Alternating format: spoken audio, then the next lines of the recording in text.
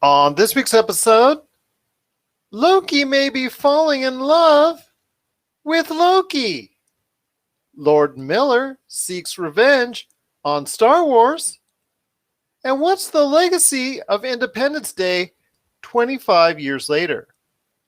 All this and more as we reach our next stop, the PCC Multiverse.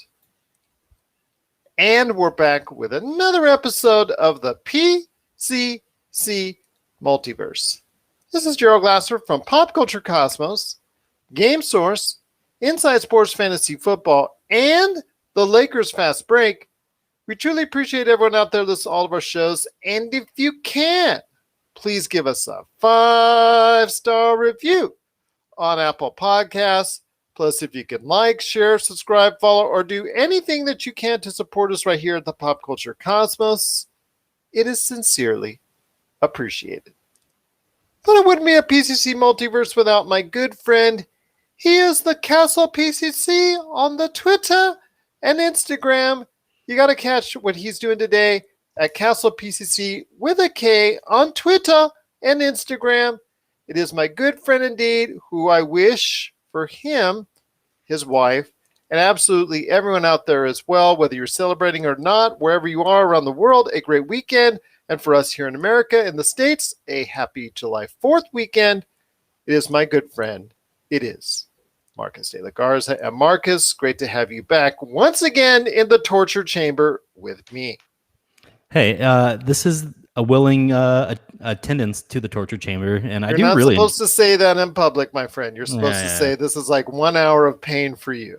No.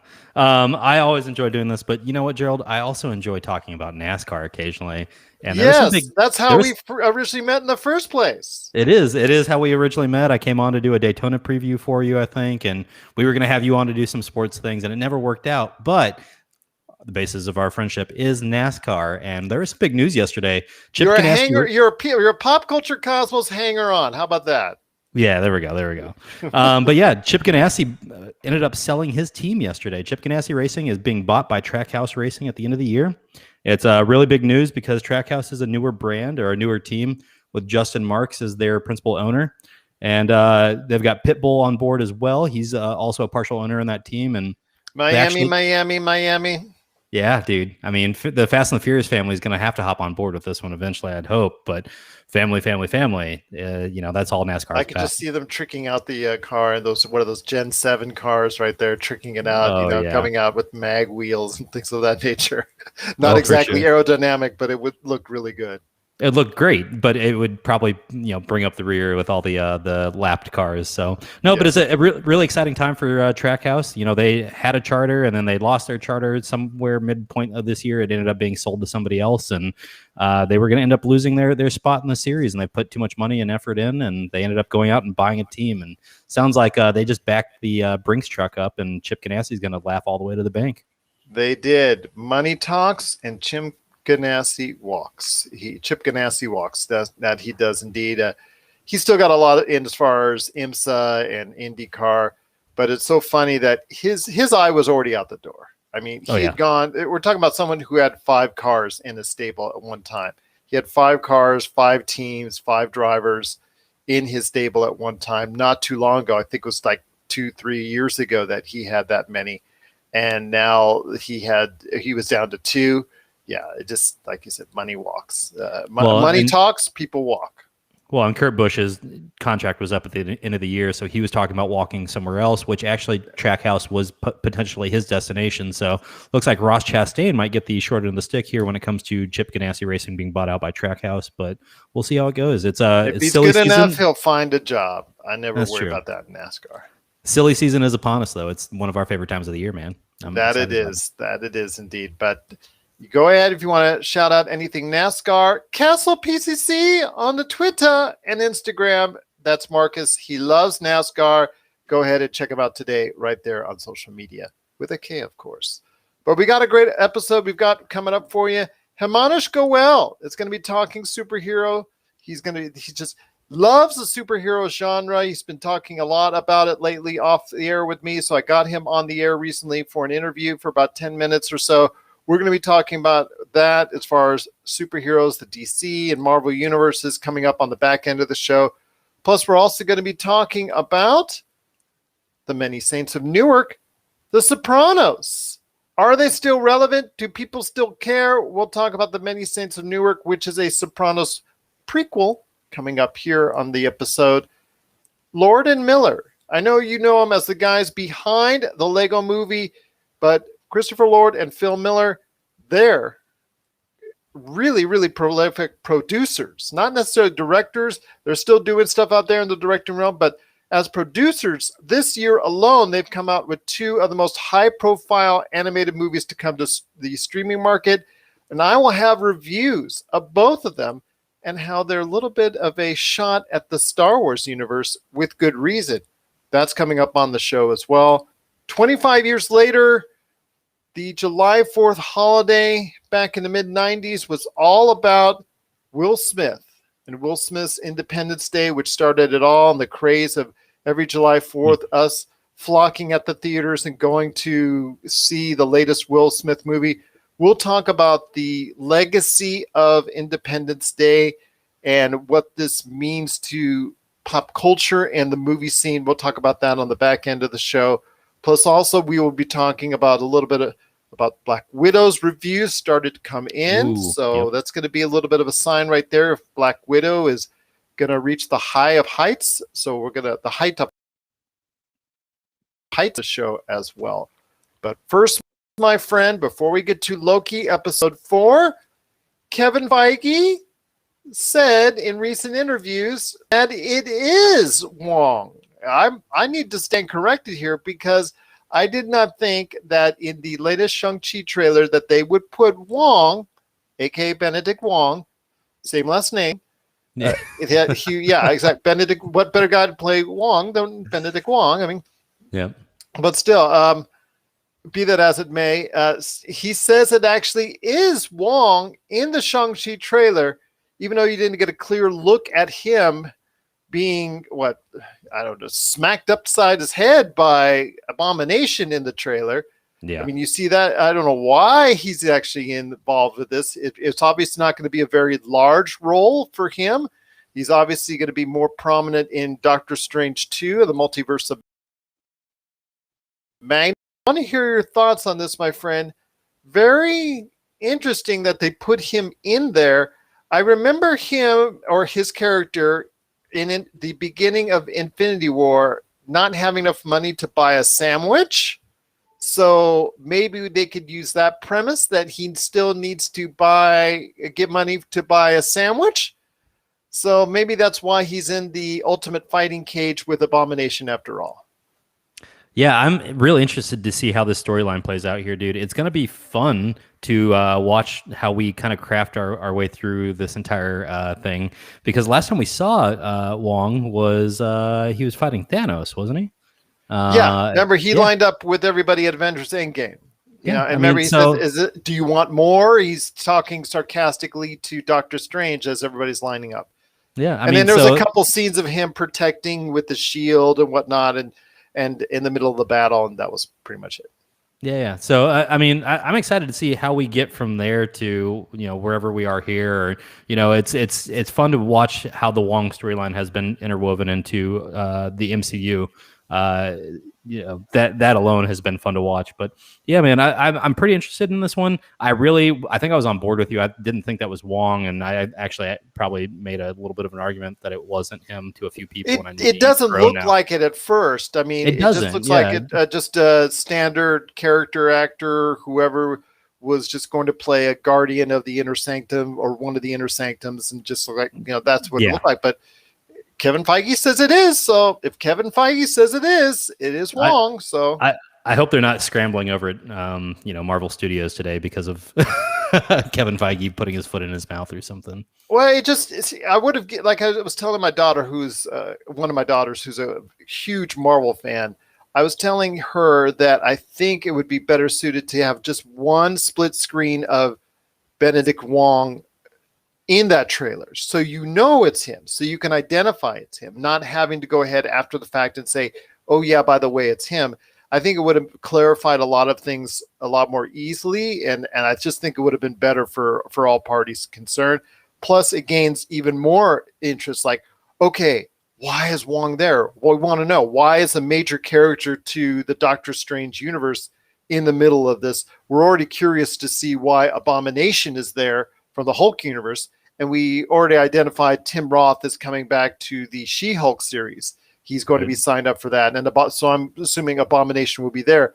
Why is Abomination in the Shang-Chi trailer? So I'm asking the same questions on why that would be the case also as well for Benedict Wong's character. And I don't mind at all. I think it's interesting. Just a split second on the frame of, so you could clearly see it would be Benedict Wong would have helped so much more. It just would have helped so much more.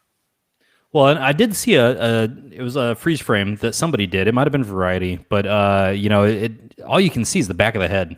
Yeah. And it really, really what you're looking at in that shot is Abomination. You're not looking at the back of the head and thinking, oh, that's Wong. Yeah, but it would have garnered you so much more interest out there. Like, why are these two famous characters that we're already familiar with, or if these two familiar characters that were already known, that are already well known, why are they battling against each other? How did they get to that point? Yeah, okay, no, I got you. But yeah, I'm with you. It'd be nice to have some of these answers then, dude. But I think we just got to wait and see what happens here.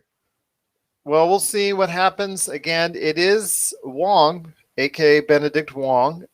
He's going to be a part of the latest Shang-Chi movie, of the Shang-Chi and the Legend of the Ten Rings movie. I'm just so excited about the movie already. I mean, we've already talked about it at numerous lengths on the show in regards to expanding the Kung Fu genre and expanding the Kung Fu mythos, in cinema is just going to be so outstanding, and never has it been more high profile. And I just wish this would have come out in 2019 where it would reap all the financial rewards that I think it deserves. But again, it is coming out later this year and I'm looking forward to it. But now it even has more interesting things thrown in there with the ultimate fighting death match, cage match that you're seeing between Abomination and Wong. So this piques my interest even more. And I know it's going to pique a lot of other interest anymore, but you had to have read the articles. You had to have heard what Kevin Feige said. For the vast majority of the people who saw that trailer, whether it was on public television, whether it was on or whether they just streamed it from YouTube or what have you, they don't know that it's Wong. Yeah. So they're going to get the surprise. It just would have been more cool if it was more definitively known or shown that Wong was in there. That's all. That's all I see. Yeah, no, I see what you mean. And I think it'll be a nice surprise, though. Just like you said, there's a lot of people that probably didn't capture that fact when they watched on YouTube. Or they won't know it. And they won't know until they step into the theaters and they say, hey, that's the dude from Doctor Strange, man. Yep. So it will be a nice shock for them. I think you and I are the minority here. We live and die by the news here when it comes to pop culture. So I think I'm with you. There's a lot of people that are going to get a good shock when they show up at the theater and see Wong, fighting Abomination. Absolutely. But what are your thoughts out there now that we officially do know, and I was stand corrected by Kevin Feige, the head of Marvel Studios, that it is Wong facing off. He personally came out and corrected you, Gerald. I remember that moment. That's fine. You know what? If he can't, absolutely. All the more power to him. Although I'd love to have an interview one-on-one, so we could talk one-on-one, because I've got a few questions I'd love to ask him. But be that as it may, he did confirm that it is Wong from Doctor Strange 2, The Multiverse of Madness, coming up. He is going to be part of Shang-Chi and the Legend of the Ten Rings. He's going to be part of that movie, and in most unusual fashion, facing off against Abomination. Will this be the end of Wong? not supposed to be, according to what I would learned or what I thought was coming up for him in the future of Doctor Strange 2. I don't think it will be, but looks like from all appearances, he's going to get a little bit of a butt kicking at the hands of Abomination in Shang-Chi, The Legend of the Ten Rings. Or does Wong have something up his sleeve as well? We'll find out coming up, but you'll want to hear your thoughts. PopCultureCosmos@yahoo.com. Does this get you even more excited for Shang-Chi and The Legend of the Ten Rings? Let us know. PopCultureCosmos@yahoo.com. Well, my friend, there's still much more to talk about on today's program. I want to talk to you about this. And that is, speaking of Marvel, because we're going to talk a little bit about Marvel, Loki episode 4 dropped this past week, and Disney Plus is still thriving with this show, doing very well as far as rating-wise from what people can gather. The Nielsen ratings, which come out delayed, several weeks behind, still showing that Loki has fared well. Obviously, I've said before on this show that Loki was the highest debut, had the highest volume debut for any of the Marvel series, with aka Disney Plus period. So it's done very well. It's led us into very unusual directions. Last week's show, I thought personally was the best of the episodes so far. This episode I thought was okay as well. I didn't mind it or not mind it. Got off to a little rocky start for me, though, because I guess it shows the backstory of the Lady Loki and Sylvie's, I guess, original, part in this whole thing with her becoming a variant and her creating a nexus when she's just playing with a ship toy, an Asgardian ship toy on Asgard.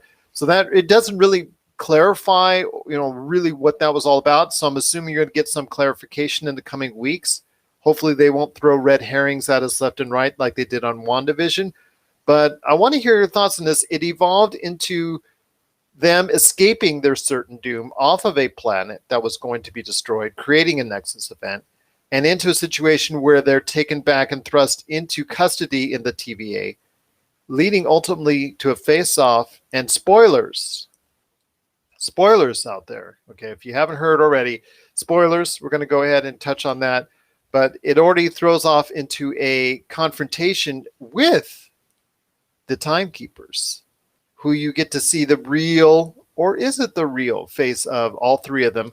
One of them looking like the Lorax from Dr. Seuss. And I didn't get that at all. But, it just seemed to me that it was kind of very weird with the big old mustache. And I'm like, oh my gosh, It's a Lorax. Yeah. Yeah, I didn't think of it in the moment, but as soon as you said it, it's a Lorax. It's a Lorax. I actually told my daughter who was watching with me, and I said, that looks like something out of Dr. Seuss. And she's the one that's Lorax, Dad, Lorax. And I was like, oh yeah, where's Danny DeVito when you need him?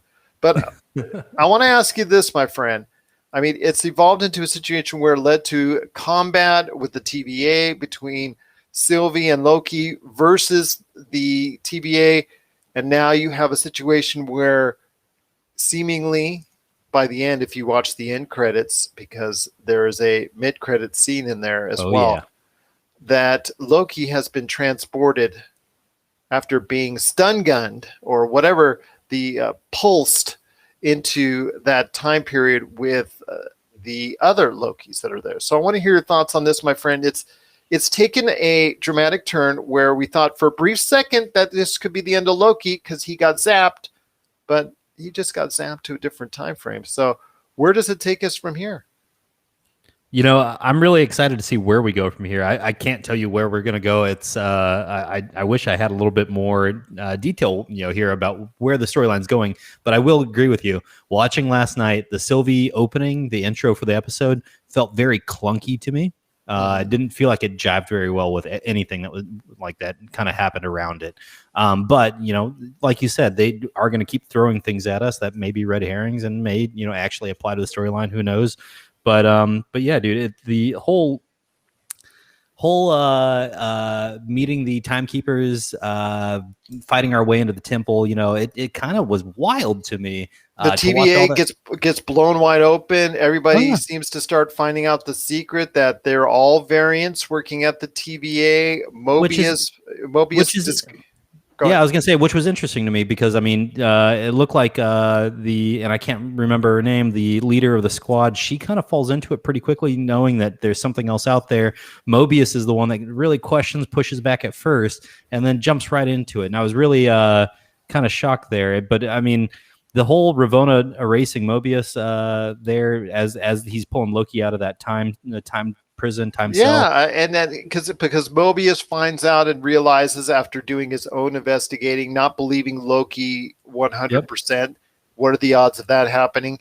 He goes ahead and does his own investigation after and finds out that yes, indeed, there is some funky stuff going on with the TVA, and that they are all variants taken from different time frames and being reconditioned to go ahead and work for the TVA. Yeah, that was really an interesting discovery there by Owen Wilson's character, Mobius. But, dude, I'm excited to see how the rest of the story unfolds for the rest of the season here.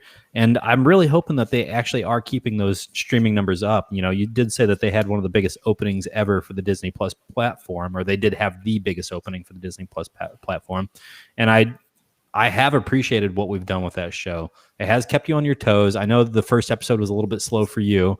But I do enjoy what we've done with it. I think moving forward, you know, last 5 minutes of episode 1, episode 2, 3, and 4 have all been just kind of, you know, they've been fun. It's kept you on your toes. You don't know where it's going, and I really didn't expect to see Loki foreshadowing his own death, you know, 5 minutes before that, when he said something along the lines of, you know, kill me. I've been killed plenty of times before and I always come back or something. So yeah. And you know, he's not going to be dead as soon as he got zapped by one of the time sticks. And it's so funny because they're fighting off against the TVA guards that whole time. And not until the end does somebody actually use the time stick for what you're actually supposed to use it for. They were always using the other end, like swords or like stabbing at each other. Like, why don't you just zap all each other? That's all you had to do. But instead, we're trying to play like everybody else is Dracula and stab him with the stake. You know? Exactly. So that was kind of you know, right there for you. But again, I'm still very curious of where this is going and where this is headed. Still very interested in seeing it. But yes, seeing how it's transpired, it may have transpired a little bit too quickly on the TVA. Everybody discovering that they're all variants. I think they maybe dropped it a little too soon. I think it would have been better as far as maybe another episode before it all pans itself out. But they need to go ahead. I understand the allotment of time in this episode. I know that also I enjoyed certain aspects. The production design seems to be still top notch. You get to see Asgard in a different light that for a brief second. Then you also see the planets and they're sparing no expense as far as the special effects for a television series. And I'm really happy with it as far as from that point of view. They seem to be going ahead and saying, you know what, we are going to make this like an almost Marvel movie-ish type deal. And I like that. I really am liking the fact that they are not sparing the expenses on these shows. No, I mean, you're getting that full, I almost said saturation, but you're getting that full experience of a true Marvel movie, but it's in 45 minutes or 49-minute form. I don't think I understood that we only had 6 episodes of this in this first season. And, you know, whether or not we get a second season, I guess remains to be seen, because I don't think... They have commissioned a writer to explore that possibility. Okay, good.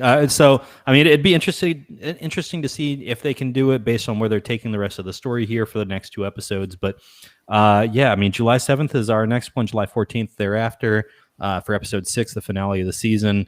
I'm going to be watching both of those. I'm going to be holding on for dear life because I have to imagine we're just going to keep accelerating faster and faster from here. And it felt like we were really cooking along there at the end. One last thing I want to talk to you about Loki as before we head into other stuff for the rest of the show. Yeah. The fascinating love story between Loki and himself is so funny to see. And I love the way Owen Wilson, you know, again, he's doing such a terrific job. And this is one of his best performances, I think, ever. In my opinion, I think ever.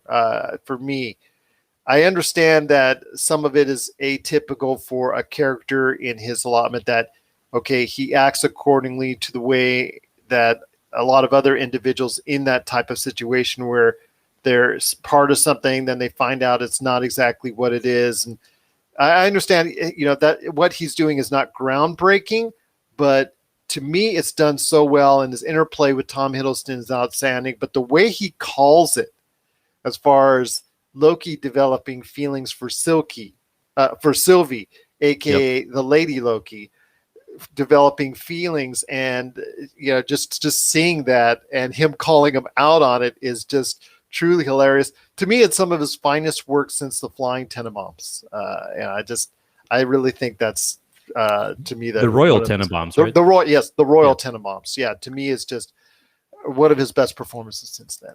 What's crazy is I was actually going to say the same thing. I was going to say that, from the Royal Tenenbaums, he's done some good things, but I would still mark that as one of his best performances ever. And I really do love that movie. He's gotten caught in a loop where he's been cashing in on his voice through animated features. He's been cashing in on his comedic value through cheesy comedies for years.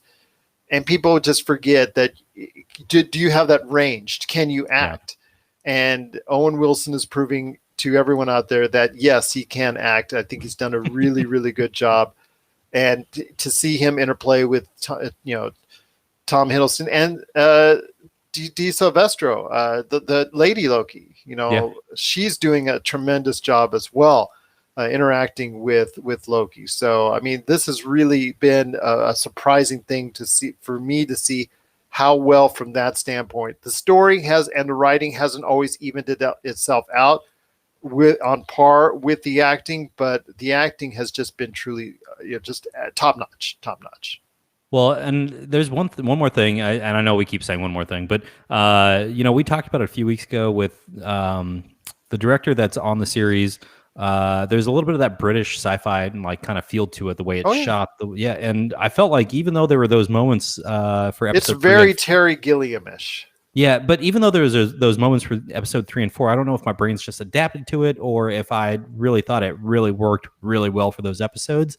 But whatever it was, I think we're doing a great job with the way this has been shot and delivered to the audience. So I think it's your brain. No, I'm kidding. Yes, it's been very well done. I agree with you on that. Again, it has a very British sci-fi feel, and I'm loving it. I'm loving it right now, and kudos to the entire staff on that. Again, the writing has been up and down, but the acting has been top-notch. The production design has been top-notch, and I'm truly liking where we're going with Loki. What are your thoughts out there on Loki, episode 4? Do you like where it's going? Were you surprised that Loki seemingly bit the dust at the end of the episode, but got a reprieve in the mid-credit scene? Or did he? Share us your thoughts, popculturecosmos@yahoo.com. Well, before we hit the break, my friend, I want to go ahead and hit you up on this real quick as we talk about Black Widow. Black Widow is coming next week. I am getting tickets for it. I'm going to go to the Thursday as early as I can, and I will probably provide a review on this episode next week. Ooh. Probably not with you because you will not have seen it by then, but or you will actually have to be up very late in order to record with me, so I don't think you want to do that. But you'll get to hear it on the PCC Multiverse 232. So I will ask you, my friend, the reviews from other reviewers out there are coming in or start to come in. And they are higher than F9, which is encouraging. But then again, you don't see F9 for great reviews. You just go ahead and check out F9 for family, and car crashing and all that. On an opening weekend. Yeah. And it is not getting the kind of reviews that Endgame or Infinity War got. It's still solid, right around a 70, according to Metacritic. Rotten Tomatoes has it as I think a fresh, if I'm not mistaken. Mm-hmm. Yeah. So, pretty solid reviews all the way around. I want to hear your thoughts. Does this give you kind of a sense of relief that it's not being trashed all over the place, that you're ready to go out and check it out next week when it comes to theaters?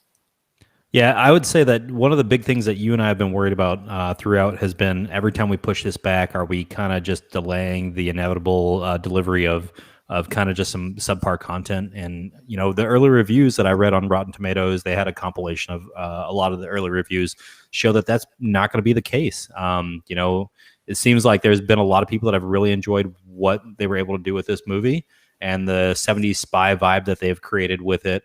And it's worked with everybody that's really seen the movie so far.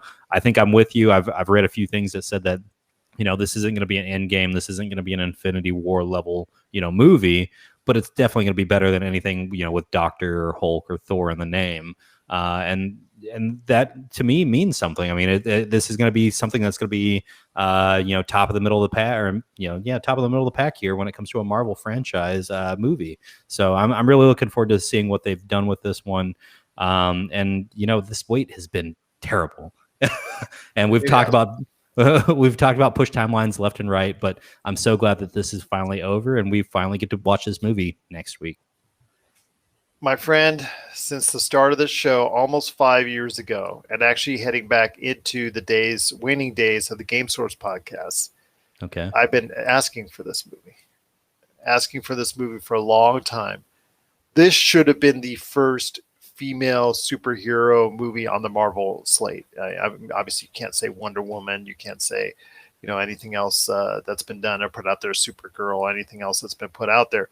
I'm talking about something. This should have been ahead of Captain Marvel. With all due respect to Captain Marvel fans out there, I think this should have been something that came out during the Phase 1 or at the latest Phase 2 portion of the Marvel slate. And, am I going to feel that way coming next week? We'll see.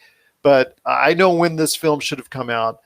And to see it come out now is still like a saving grace. It's like, okay, this is great that's coming out now. I really am supportive of it. My daughter and I are really excited to go ahead and see it. Yep. This is something that I think is going to help, bridge the gap a little bit as far as where we need to go ahead and who we need to go ahead and project as far as anybody being available to go ahead and lead film roles and lead superhero roles and things of that nature. So we've already proven with Captain Marvel that you can be the front as a woman and be $1 billion earner at the box office. I mean, those stigmas have all been thrown away in the trash, but yep. I would have loved to have seen Black Widow hit that mark first. I'm just saying that out there because I've been calling for this for so many years. Yeah, I mean, it would have been nice to have them release this when the hype for everything Marvel was as high as it was. Honestly, I think sometime, leading up into Infinity War or maybe even Endgame would have been nice to slide that in there and just have this movie. It just seems like in a little ways, it's like better late than never. Yeah, it is better late than never. But I think I'm with you. I think if we would have, hit the wave at the peak here and had, Scarlett Johansson when she was really knocking that role out of the park, and she still is, don't get me wrong. It's just right when everybody was in the thick of things. I think this would have been a great movie to have right around the Winter Soldier. If this would have been the movie right after the Winter Soldier, that would have been perfect right there. Yes. For you. Yeah, and I wonder how much of this is Marvel kicking themselves and Disney trying to make up for issues. Well, this is, I think, because an internal struggle. The individuals who are leading the Marvel franchise, movie-wise, that were not named Kevin Feige, were against minorities and women fronting superhero movies. Let's just put it that way. So I think now that the Disney put their faith and trust in Kevin Feige halfway through last decade and saw the magic that he can create, I think this is something that he has it. He's going to go forward and do a lot better things with it, the franchise. So I'm very happy that this is going to happen any which way. Well, and I guess we do have to consider the fact that, most of these movies do take 5 years to make before they even get to, production for the most part. You've got to lay out the plan. You got to lay out the funding. You've got to start laying out all the planning before you can even talk about going to cast somebody. So it sounds like maybe they hopped on the bandwagon, 5 years ago. And unfortunately, it was just a little bit too late at that point. Well, again, if you ever research into the internal fight to go ahead and provide equality for the Marvel Cinematic Universe in the earlier part of last decade, and you'll see who was running at that time that was not named Kevin Feige, you'll better understand why that Black Widow. I'm being serious. I know, but it's just the way you deliver that one always. The person that's not named Kevin Feige. Yeah, I don't want to say that guy's name because he held so many people back. He held so many projects back that Black Panther is another one that was not done until Kevin Feige said that there. I think Civil War was the turning point for Disney and giving Kevin Feige more power and giving him more control of the company and allowing it to go forward and becoming more inclusive and thus more profitable, as we've seen. So that's ultimately what matters, is not only for the movie companies, that's what matters for the movie companies, is that it's more profitable. And that's great. That's great to see. So, yeah. All right. What are your thoughts out there on Black Widow? The reviews have started to trickle in and they're somewhat positive. Want to hear your thoughts. If you're excited to go check out Black Widow coming up next week, share us your thoughts. popculturecosmos@yahoo.com. Well, coming up after the break, we are going to be talking the Many Saints of Newark and the whole thing in regards to The Sopranos. We're going to be talking about Lord and Miller's Revenge on Star Wars. And 25 years later, we're going to be talking about Independence Day and its legacy that it has left behind. All this and Himanish Goel talking superheroes, since that seems to be the theme for the day on this July 4th weekend. We're going to talk about all that coming up after the break. This is the Pop Culture Cosmos.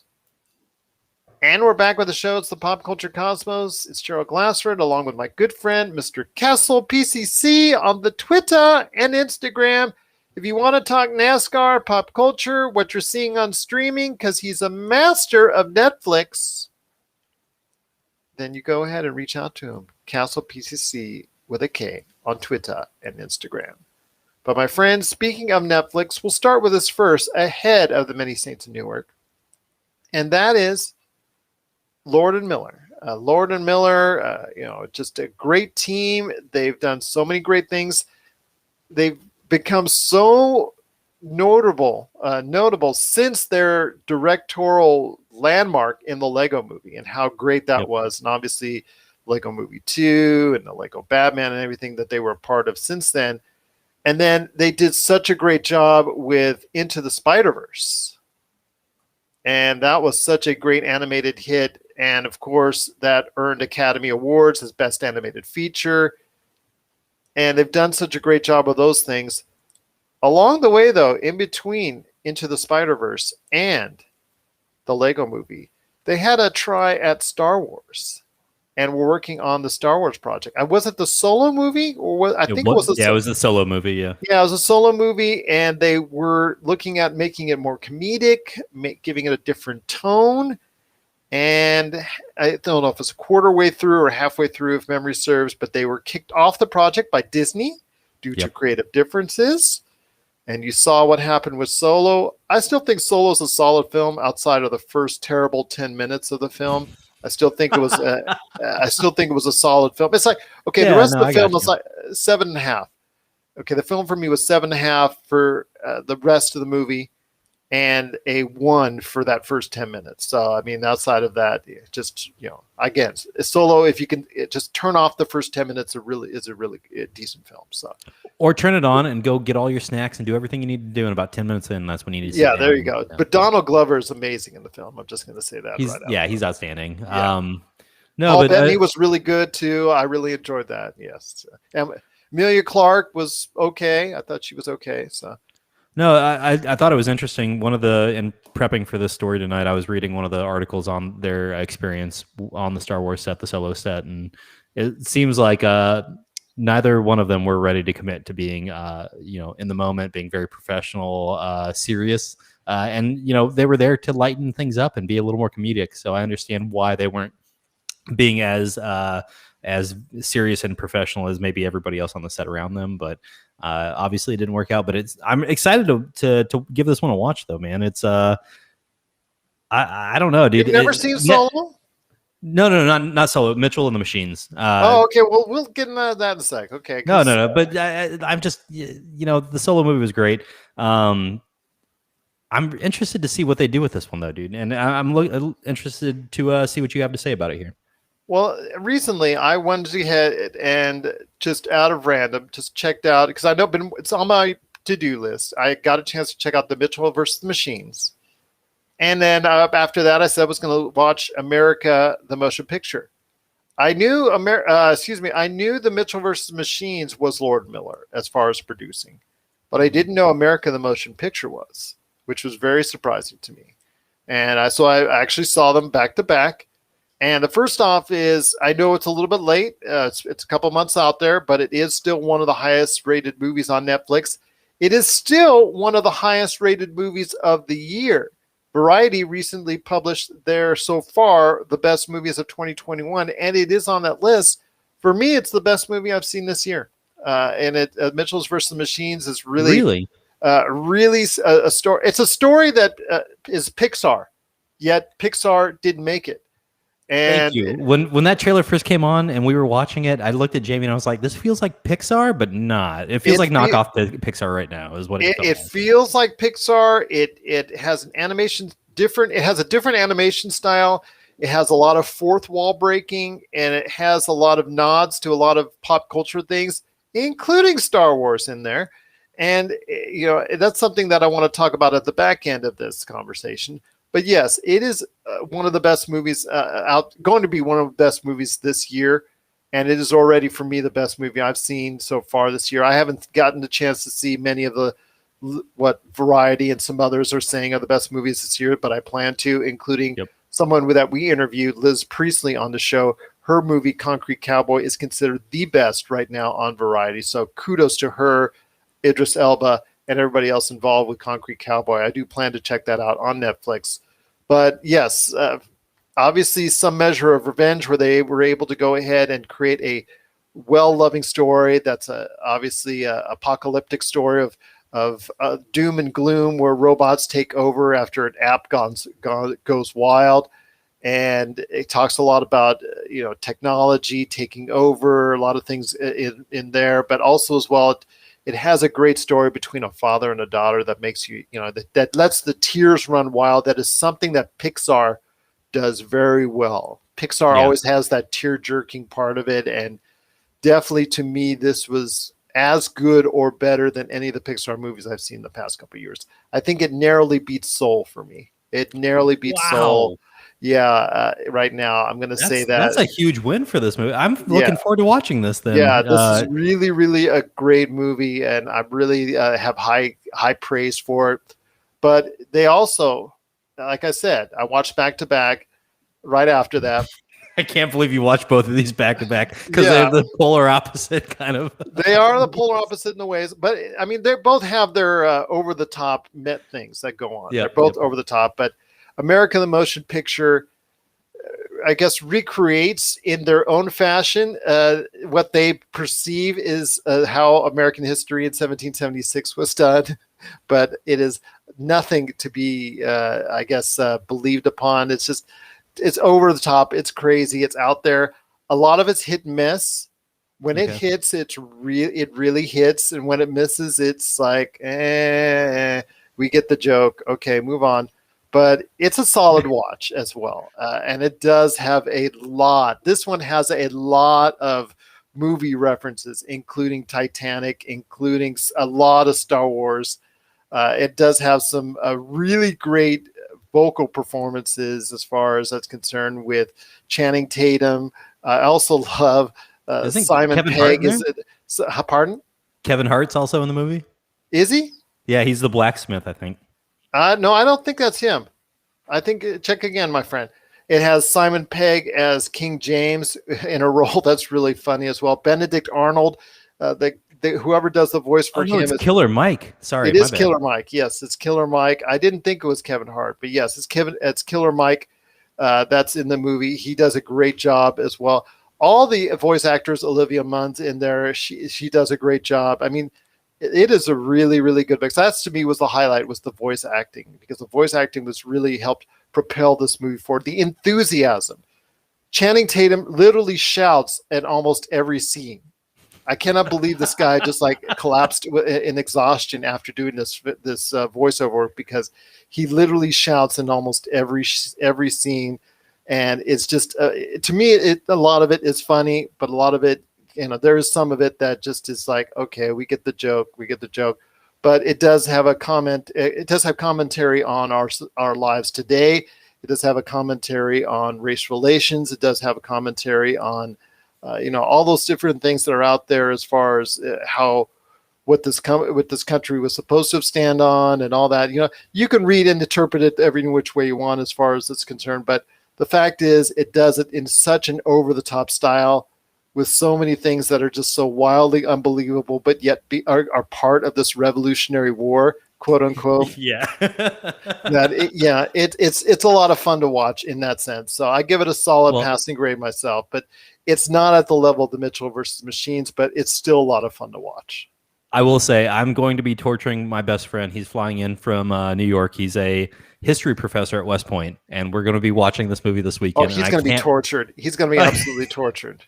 I can't wait for the first historical inaccuracy to come out of his mouth, because he's going to get one, and that's going to be like, hey, you got to turn your brain off and just watch this there's movie. 10,000 historical inaccuracies here. Okay, when you have a Paul Bunyan, 50-foot tall Paul Bunyan facing off against a Big Ben, an animated Big Ben facing off against each other, okay, that tells you right there you need to turn your brain off and just enjoy it for what it is. It does have a social commentary. It does have a lot of things in there that's trying to say and communicate. And it does have a lot of shots at Star Wars and other movies of its ilk. So yes, it does do that. But again, it's a lot of fun to watch. It's just a lot of fun to watch. Just to hear the retorts back of I forget the actor who plays Benedict Arnold. He really works in the film.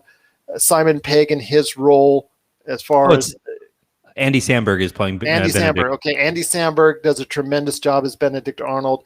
Simon Pegg as King James in his limited role is really fun to deal with. And then, of course, Channing Tatum just shouting everywhere is just because he plays George Washington as a goof, basically. Okay.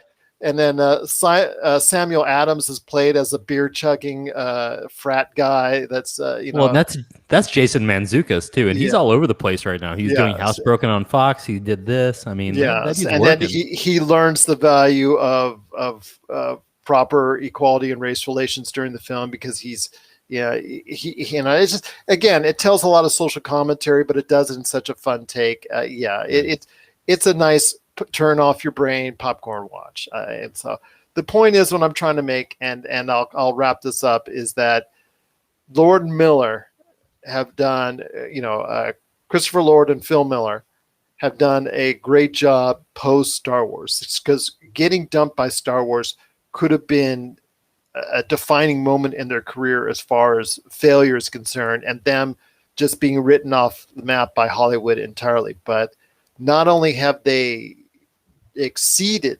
expectations or done really well since then, they've just gone well overboard as far as not just from a directorial standpoint, and the fantastic job that they did in coordination with everyone involved with Spider-Man Into the Spider-Verse, and how well that was perceived, not only doing well financially, critically, but winning an Academy Award, but moving that into other projects that they've been a part of. And again, I was not doing intentionally a Lord and Miller back-to-back, but I ended up watching a pretty good Lord and Miller back-to-back.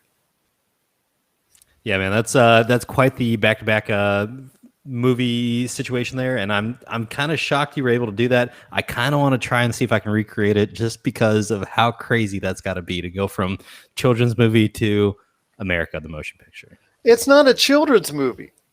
It's a family movie. The Mitchell versus the Machines is a family movie, but remember, it's based off of an apocalyptic situation where the machines take over and imprison everybody on the planet except for the Mitchells. So you got to put that into context. All right. So not a kids movie, a little bit of a family movie. If you've got some kids that are in that like 8 to 14 range, it'd be great, right? Yeah, absolutely. Okay. But it also showcases the love that's there, and how father and daughters grow apart, but yet can reconcile and get back together. And that's touching. It's heartwarming.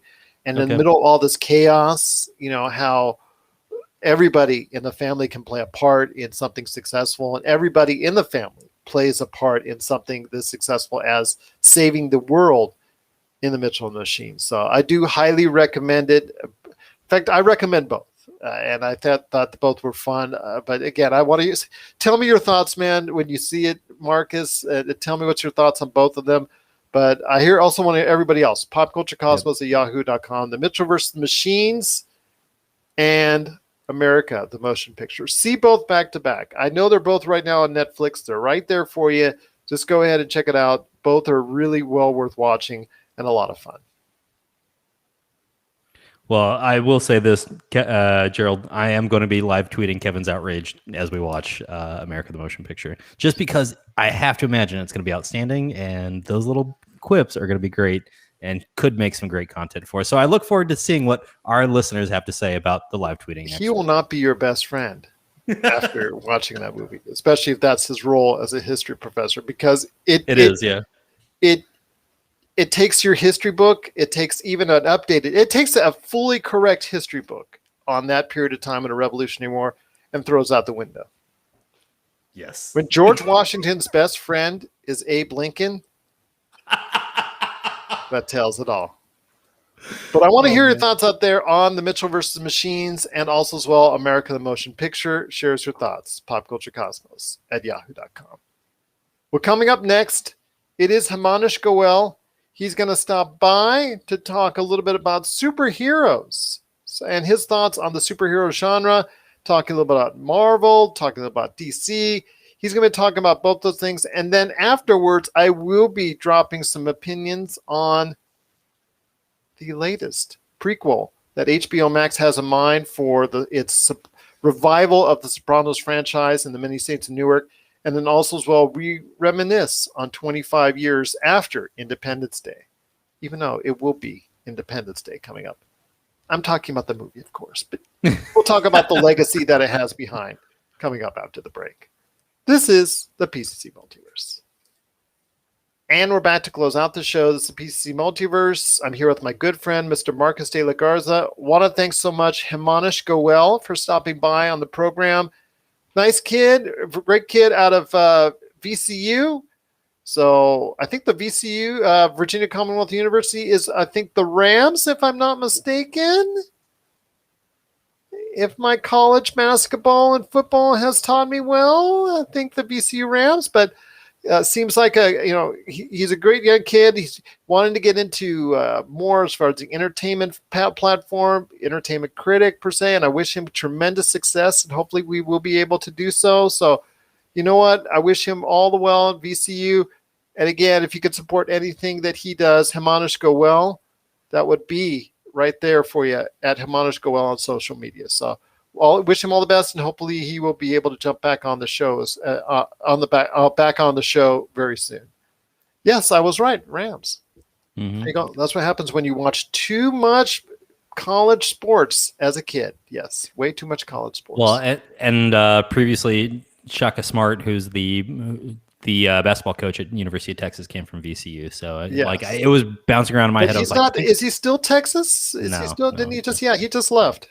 Yeah, that was like a parting of the ways. It was. But I mean, like that was one of those ones you said it and it was like the Rams.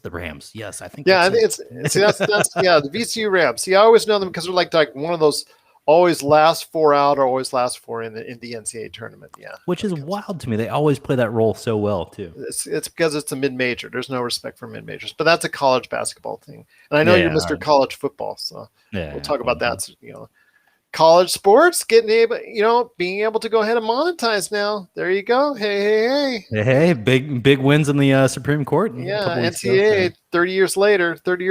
All right, what are you going to do there? Say that to Reggie Bush. I know he's really PO'd at this time right now, but I digress. That's going to be something he made enough money while he was in college. Don't let him fool you. All right.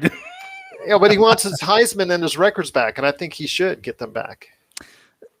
Yes, but we'll talk about that one. I say this purely as someone who went to USC and is for a cup of coffee, and is also an ardent USC Trojan fan. So I'm a little bit biased towards that. But I digress. This is a conversation that's being left on just for the video. It's not going on audio. So. Oh no! All right, good. Yeah. Okay. It's going to run the show run way too long then. But getting back to the program, my friend, I wanted to ask you this before we head on out, and I want to thank everybody for watching and listening. It is HBO Max just dropped a trailer for the Many Saints of Newark, which is a Sopranos prequel, which includes James Gandolfini's son, which was very, very, I don't know if freaky is the word, because obviously it's his son, so it's supposed to look like him, and just seeing that in action, I think probably brings a lot of people some either tears or chills in regards to the late James Gandolfini himself, and what a fine actor he was, especially with all the work he did with The Sopranos. But it is going to be on the way as far as the movie is concerned. The thing I want to know is, there's so much of a time gap now since the end of The Sopranos, when they were leaving that diner, and the, I guess, anticlimactic way that the series ended in a lot of people's minds, to many years later to seeing a prequel now. What are your thoughts on this, man? Because I'm not sure. I mean, are people ready and willing to get into The Sopranos again? I mean, is this something you're interested in doing, checking this movie out?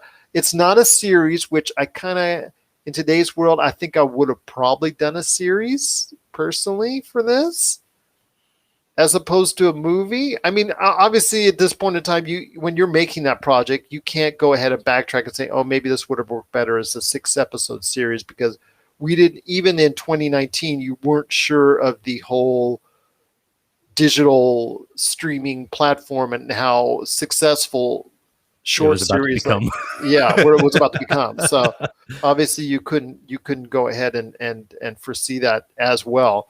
But I want to hear your thoughts on this, my friend. I mean, it's just, should they've done something that goes after the events of The Sopranos, or do you like the fact it's prequel? I know Josh cannot stand going back in time and doing prequels. He's not in favor of that ever. So I want to hear your thoughts, if you're in the same frame of mind or different than he is.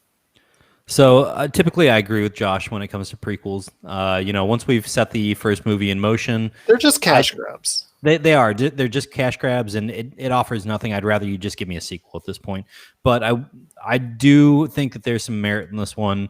As we were watching the trailer, Jamie did say, oh my gosh, this might be the thing that makes me go back to watch The Sopranos. Like, this looks great. I think this is she was really captivated by the trailer. So, I mean, if that could make that kind of an impression on her, and she's really feeling like, hey, I think I should go back and watch this, I think we've had enough time pass, and I don't think it's been too much time that's passed since the end of The Sopranos. I think people are still hungry for it, and it's very clear they are. Just because I've had a lot of friends reach out to me and say, have you seen the trailer for this one? And so maybe it's just my demographic, my age group here, but I think that people are excited for what's going to come out of this, Gerald. And it's going to be, I think that I'm with you. It would have been nice to see this as a movie, but I think with the names that are attached to this, you've got Leslie Odom Jr., you've got John Barenthal, you've got Alessandro Nivola. He's going to be playing, I think it's David, one of the big influences on Michael Gandolfini's character. And then you've got Uncle Joey, Joey Diaz, the comic, one of my favorite podcasters out there. He used to have a podcast called The Church of What's Happening Now. You're not some of your favorite podcasters. I mean, I'm some of my favorite podcasters, but you have to have your own heroes you look up to. So that Uncle would Joey, be me. I'm gonna be like Loki. I'm gonna look up to me. Yeah, you're gonna fall in love with yourself, Mr. Loki. No, actually, I've heard myself way too much on the audio. That's the worst part about doing a podcast, is you have to listen to yourself day in, day out. Before it even hits the air, I've already heard like 6 hours of this already. So it's okay. That's okay. So but yeah, dude, I think it's for me, I don't think this is a miss. This is fun, and with the names that were attached to it, I can see why they didn't want to do a series. They can line it up as one go, and let's get a nice 2-hour-long movie out of it. And it's funny to me that we are still in this zone of being enthused by The Sopranos, but at the same time, I'm lost in it too, so I can't explain it.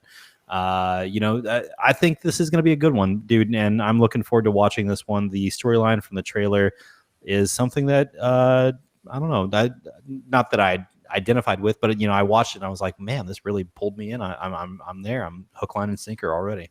Well, there you go. Looks like it's going to meet the type of success that HBO Max is looking forward to. I mean, if it gets a lot of people back into watching The Sopranos and dealing with that whole Sopranos hierarchy and watching that not only the series, but watching this upcoming prequel that obviously will work. I mean, you've got this IP that's been sitting there gathering dust for years now. So it's great that they're able to go ahead and find a way to reinvigorate it. I'm not great on prequels either. I'm a little bit more open than you, or especially Josh is on prequels, but I'm all right with it. I'm not a big fan of The Sopranos, so I think that's something that I think I'll watch it. I think I'm not sure I'm going to go ahead and just really captivate it and take it all in, maybe because I wasn't a huge fan of The Sopranos as you are. But again, I will probably enjoy it for what it's worth.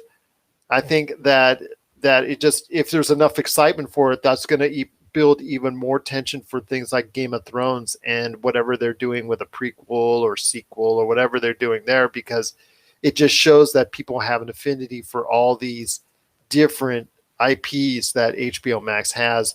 Maybe something later on with an offshoot of Westworld and things of that nature. So all these IPs that they have now, they now have a nice storage over the past 30 years of HBO that they have right there for you. So it just, Sex in the City, you see that they're doing another show there. They're doing a reprisal of that. So we're going to see what happens with all these nostalgia reruns that they're doing. But it looks like so far the Many Saints of Newark is looking like it's going to be a decent hit for HBO Max, and also when it comes to theaters later this year. So definitely looking forward to that.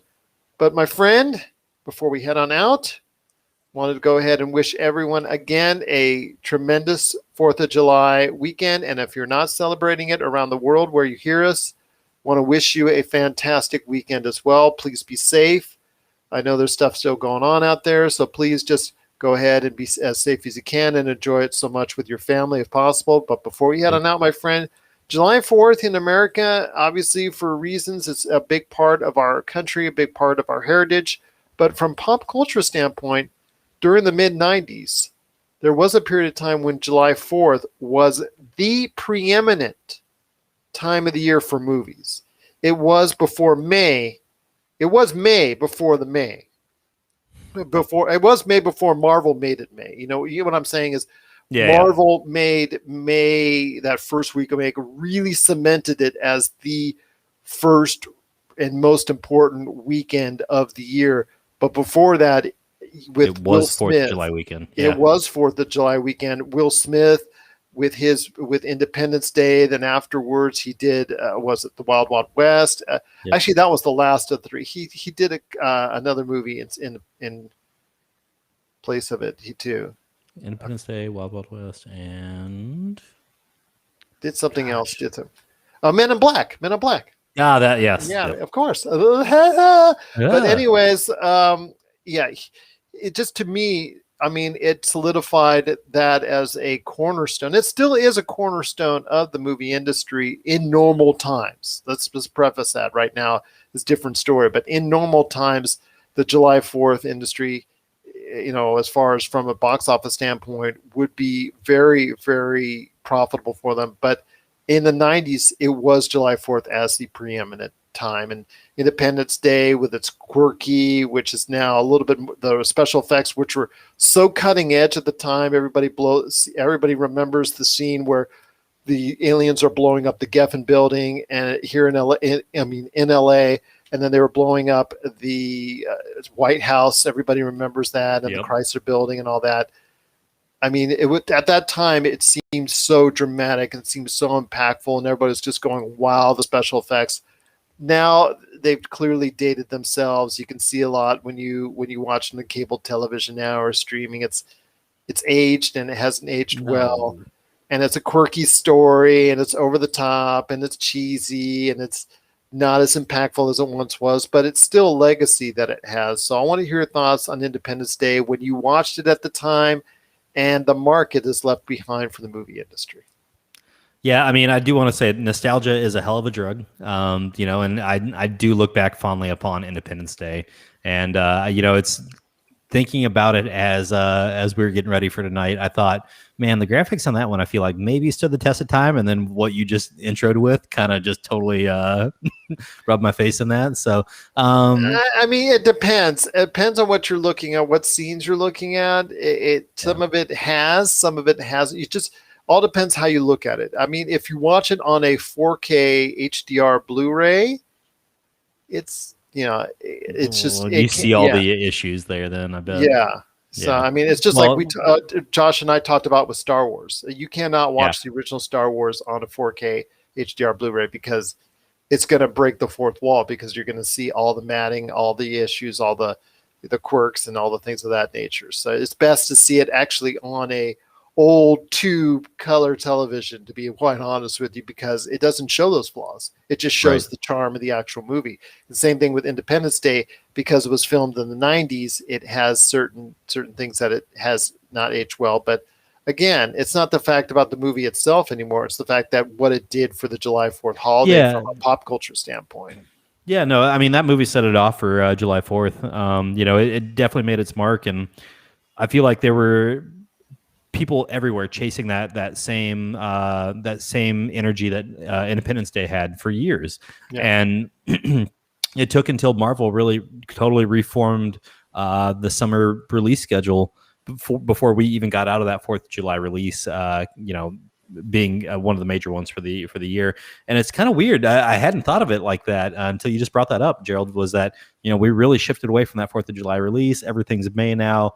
And if you don't hit May, you've got to hit September. And if you don't hit either of those, then just wait. It's now becoming, you can make billion-dollar movies. Okay. Let's preface this by saying, let's go back to 2019. Now we have to refer everything right now to 2019. In 2019, you could have a $1 billion movie at any point given time of the year. I mean, there were movies that were scoring well that were debuting in February. I think only January has there not really been one huge one. There's been obviously box office winners that come out in January, but January is still kind of known as the dumping ground for movies that the box office doesn't really want to go ahead and support. But for the most part, you can have a movie coming out in February, March, April. You can even have them coming in September and October and still reap the benefits of it. But May, originally, July 4th was the original point of the time where the box office was just so huge. And now that May has taken over, it doesn't have quite the impact, and probably will not have quite the impact going forward. But that doesn't mean you still can't have a $100 or $200 million blockbuster during July 4th weekend. No, I don't disagree with that fact. And, if people really want to question what this movie did for the industry, you kind of look around and you see 25 years later, Budweiser is doing a commercial with Bill Pullman where he reprises his famous speech from the movie and does something fun with it for them. And it looks like it's going to be, pushing this whole, hey, we kind of got through COVID, but there's still a lot of work to do. There's still plenty of people that need to, get vaccines. But, while we're here, let's have a beer and celebrate a little bit. And but that kind of speaks the volume of what kind of an impact that movie had. If we're willing 25 years later to reprise that speech in a pop culture, not even a commercial now for 2021. So really interesting to me to see that people are still on board with this one as hard as as I am. And I understand that sometimes I get weird about certain movies, but I love this movie and looking forward to watching it, this weekend. So, I mean, it hasn't aged as far as from a cheese. I think I was much day, but again, it has its charm for what it is. And it does show you, and I think it does show everyone out there, the star making capability. I mean, if younger audiences these days want to understand why Will Smith was Will Smith, the box office champion. I mean, maybe you could equate what The Rock right now to what he was doing back then. I mean, everything that he was doing back then was hitting number one at Will Smith at that point in time. What's wild is when I think about Will Smith at that time period, I just picture him in the Air Force jumpsuit with a cigar in his mouth, and he's dragging the alien through the desert on his parachute. That's what I think of when I think of Will Smith from the 90s. Well, I mean, there's no one. I mean, there's Downey Jr. He had Doolittle, and Will Smith didn't have a Doolittle at that time. I mean, the Wild Wild West was probably at that point in time was his biggest commercial failure, and that was still something that generated a lot more money than what Doolittle did. So, maybe The Rock. The Rock is the only person I know off the top of my head that has this kind of star power that he did at that point in time. Yeah, I'll give you that one. I think The Rock is definitely a spot-on pick there. If you're looking for a comparable, level of badassery, I guess is the best way to put or that just one. someone who's that successful that you could come out and fund a movie that would do or would reap those kind of rewards. I mean, I'm not even sure if The Rock would be at that level either, because it just seems like to me Rock has to, like everybody else, has to be in the right situation, in the right project, and get it the right push advertising in order to make it what it is. Otherwise, they're susceptible to failure.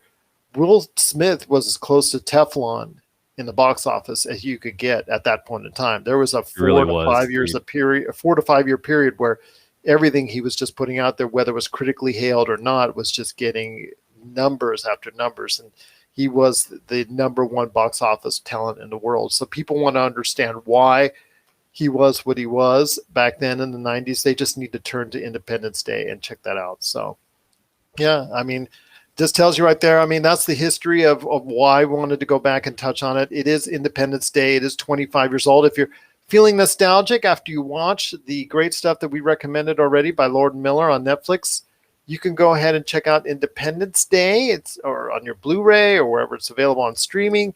It's just something that I think if feeling nostalgic and you want to go ahead and check it out because it's the Independence Day weekend, please go ahead and check out Independence Day. And remember why it was one of the biggest and most important films of the 1990s. Yeah, dude, don't disagree at all. Looking forward to seeing any of our listeners chiming in to see how they feel about this movie too, because I know it does reign supreme in our household. So it does reign supreme in that it does reign supreme in your household.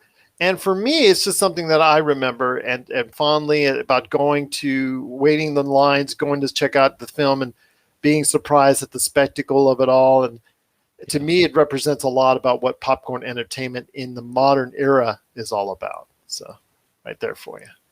All right. What are your thoughts out there on Independence Day? Share us your thoughts. popculturecosmos@yahoo.com. Any thoughts, my friend?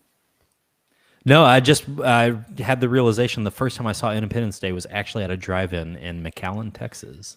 Great experience. Don't know of a better place you could watch Independence Day for the first time, actually. There you go. Absolutely. All right. Because IMAX wasn't as much of a thing then. No.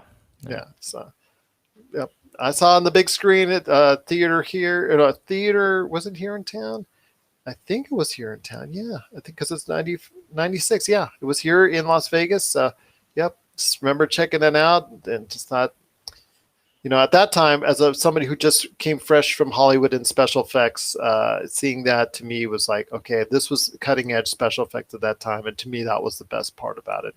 Bringing tears to my eyes, seeing how well it was done at that time. I wish it held firm, but unfortunately, special effects in the 96 is not going to be the same as it is in 2021. But again, time passes, but you want to hear your thoughts on Independence Day and the legacy it has left behind. popculturecosmos@yahoo.com.